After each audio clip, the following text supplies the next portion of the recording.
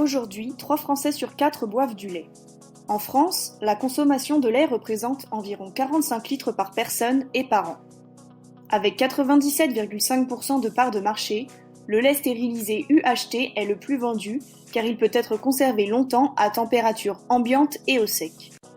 D'autres laits sont recherchés pour leur goût se rapprochant du lait cru, ce sont les laits pasteurisés. Mais savez-vous ce qu'il se cache derrière la fabrication de ces laits ?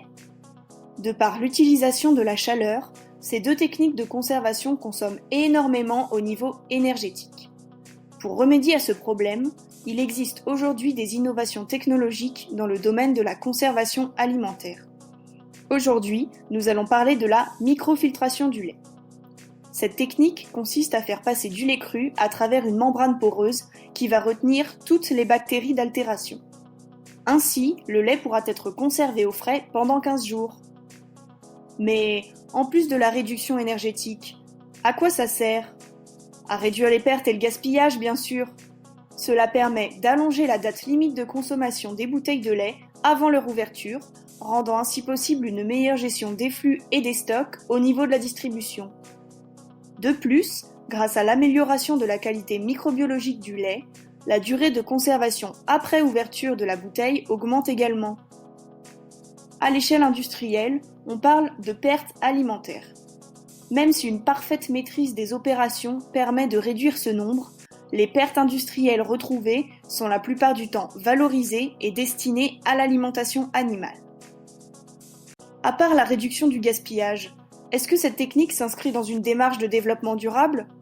Évidemment! Toutes les technologies à membrane présentent des avantages considérables au regard des objectifs de la chimie verte. Mais qu'est-ce que la chimie verte ? La chimie verte correspond à une chimie impliquée dans le développement durable.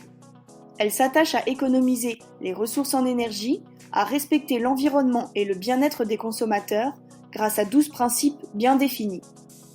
Limiter la pollution à la source, économiser la matière première, synthétiser des produits moins toxiques, produire des composés plus sûrs, réduire l'utilisation de solvants, réduire les dépenses énergétiques, utiliser des matières premières renouvelables, réduire les sous-produits et dérivés, utiliser des produits catalytiques, concevoir des produits en vue d'une dégradation optimisée, analyser en temps réel pour une meilleure prévention des pollutions, minimiser les risques d'accidents et augmenter la sûreté.